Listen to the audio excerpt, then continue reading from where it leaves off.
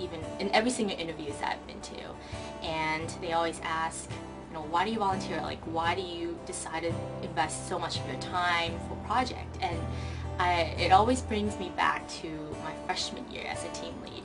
And this is, again, it's really unexpected.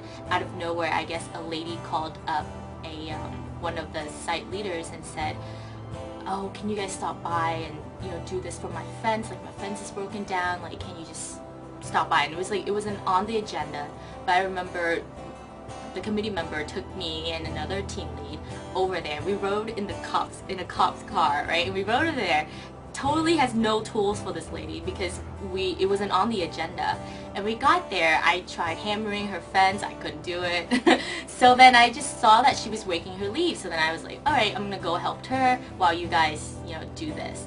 So I remember my conversation with her, it probably changed my life, I would say. I know that's kind of dramatic, but you know, she started telling me about her personal stories, and while I was helping her clean up her yard, she was telling me, you know, what happened to her son, and you know, now she has grandkids that she needs to take care of, but she's slowly going blind, and her daughter-in-law left, and all these bad things that was happening to her, and she didn't understand why, you know, things aren't getting better, and why she just couldn't understand why things happened the way they did.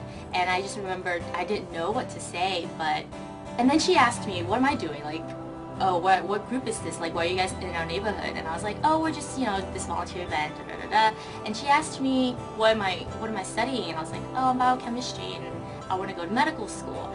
And I just remember the look in her eye when, you know, I said that. And she was like, have this, I guess, twinkle almost, and she was like, wow, it's like almost half admiration, half jealous, and she was just telling me, like, you know, that's all she want her grandkids to grow up to be, just to go to college and have a dream like that. And it really, just from that small experience, I think I always look back to it throughout my 4 years here at college. And when it gets really stressful, I always think back about her, to, you know, what she told me, and how blessed I am to be where I am today, and how I have everything laid out for me my whole life. I mean, my family, you know, make sure I can, you know, find my way to college, and make sure I adapt and everything. And I'm just, you know, sometimes we forget how blessed we are.